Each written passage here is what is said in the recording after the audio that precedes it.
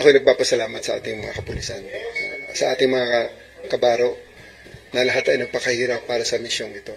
Sana tuloy-tuloy lang ang trabaho, mahalin natin ang trabaho ito at servisyon ito. And let's be proud that we did our job today. Ako ay nagpapasalamat din kay Pastor Apollo Kibuloy for the realization na ito na talaga ang tamang gawin. Kundi harapin na lang talaga ang batas. Sir, gusto namin makipagkwentuhan sa inyo, ano po ang nangyari itong maghapon na ito at alam niyo po ba yung nangyari ng pagkakahuli or pagkakasuko ni Apollo Kibuloy? Yung pagkahuli ni, ang particulars ng pagkahuli ni Pastor Apollo Kibuloy ay para, pakitanong nyo lang sa SILG. Si SILG lang i-interview nyo dahil ang mga details nun ay hindi ko talaga alam. Okay, so paki na lang at independence term, hindi ko talaga alam ang mga details na. Pero siya po ay nanggaling mismo dito sa Davao?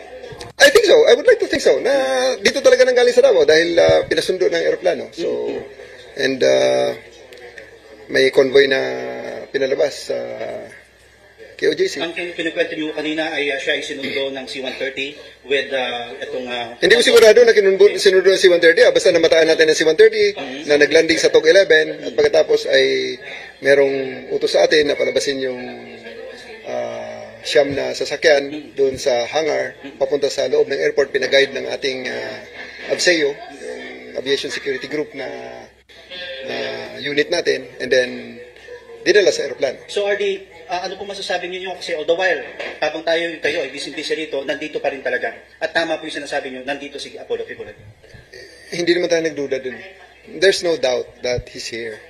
Ang pagtatago nga lang. At napag-aralan natin kaya medyo humaba ang ating paghahanap. Dahil napakalaki nga ng lugar. Kaya napag-aralan din naman natin, natututo rin tayo. At saka ako'y nagpapasalamat din kay Pastor Apollo Kibuloy for the realization na ito na talaga ang tamang gawin. Kundi harapin na lang talaga ang batas. Ano po masasabi nyo ngayon sa inyo pong sa tropa na matyagang nagantay, nag-operate for 16 days, nandito sila? Ako'y lubos na nagpapasalamat sa ating mga kababayan. At sa ating, lalong-lalo sa ating kapulisan na nagpakahirap, nagpuhunan ng dugo, pawis, luha at pawis para ma-achieve ang mission na ito. So, maraming salamat sa inyong cooperation. At sagot ko ngayong gabi ang lechon at band. Ano naman po masasabi ninyo, General, sa mga taga-KOJC?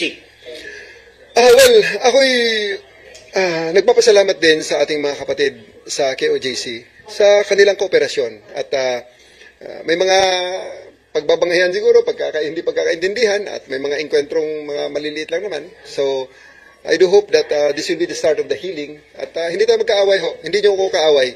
I just played my role. Ito po talaga ang ibinigay sa akin na role, ibinigay sa aking trabaho.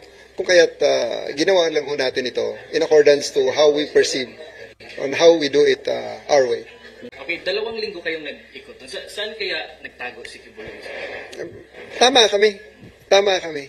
Yung sa presentation ko, tama yun. So, we do think. Yung mga ang mga details I'll just give you sa mga official press statement natin.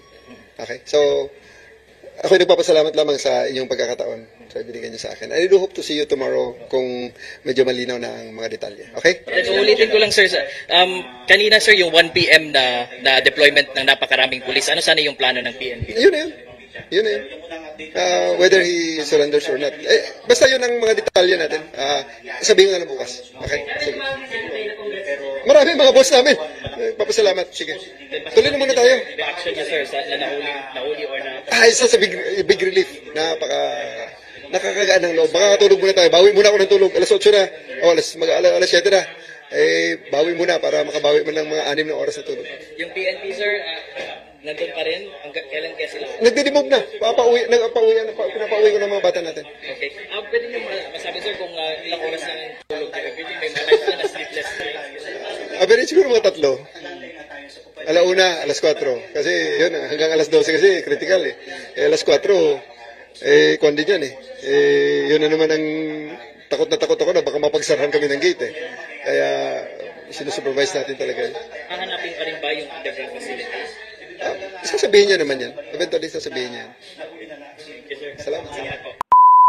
Okay, magandang gabi po. 3 bagay lamang po yung sasabihin ko. Unang-una po ay kinukumpirma po natin na hawak na po natin si Pastor Kibuloy si Jacqueline Roy, si Ingrid Canada, si Crescente Canada, at si Silva Semanes po. Nakuha po natin yung custody po nila around 5:30 this afternoon at mga bandang 6:30 po ay nilipad po natin sila mula po sa Davao at papunta po dito sa Villamor po dahil lumabas. Lumapag po sila ang C-130 lulan po nitong mga nasabing individual at nakakating po sila dito sa Villamor na around 8:30 ng gabi at nakakating po tayo dito sa custodial facility na mga around 9:10 ng gabi po. Sa ngayon po ay nag-undergo po sila ng booking process. Kasama na po dyan yung fingerprint at mugshot at natapos na rin po yung physical and medical examination. At nangyari po itong pangyayari po na ito dahil kanina pong mga bandang 1:30 po ng hapon ay nagkaroon po ng negosasyon para po sa mapayapa po nilang pagsuko dahil binigyan po natin sila ng ultimatum. Nang within 24 hours po ay kailangan po nilang sumuko at nagkaroon po ng negotiation. So ito po ay joint efforts po ng PNP and AFP. Ma'am, sa loob po ba ng sila sa loob ng Kingdom of Jesus Christ sumuko? O doon po mismo sumuko? Yes po. Apo. Sa loob po ng KOJC compound po natin sila nakuha. Ma'am, dito sa loob ng PNP Custodial Center, magkakasama po sila sa isang kwarto? Paano po mangyayari? Wala pa po tayong detalye po dyan. Maraming salamat po, yun lamang po. May masusunod na mangyayari po? Ongoing po yung processing po ngayon dahil 5 katao po yan. Sabay-sabay po silang pinubuking po ngayon at na-inspect na rin po sila at nasa maayos naman po silang kondisyon. Although some of them based po doon sa medical examination po, medyo mataas po yung BP. But other than that, okay naman po sila at tuloy-tuloy po yung processing po ngayon. Ma'am, which case po sila na binuking po kanina? Lahat po ng kaso at dyan din po nangyari pagdating po nila dito sa custodial ay isinerve po yung warrant of arrest po sa kanila. Kung matatandaan niyo po, 3 kaso po ito.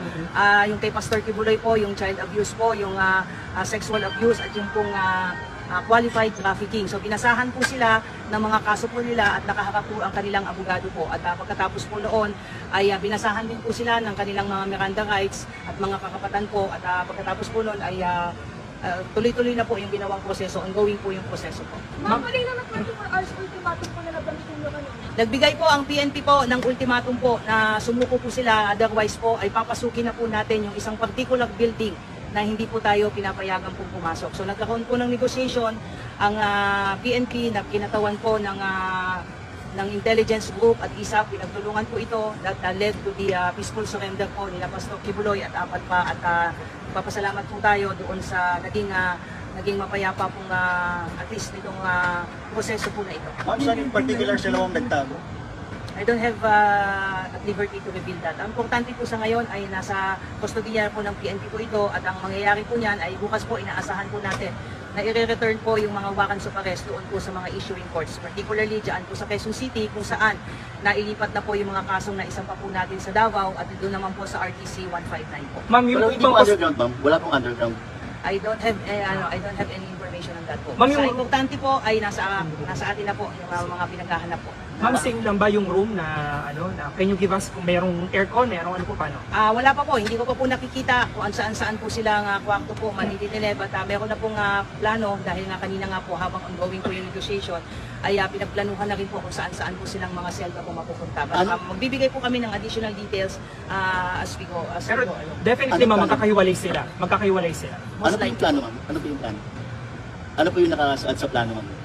Well, as to the operational details and planning, antayin na lang po natin na pagpapatapusin lang po na natin yung proseso po. What's important is we just would like to confirm po na nasa custody na po ng PNP si Pastor Tibuloy at iba. Maraming salamat po. Maraming salamat po.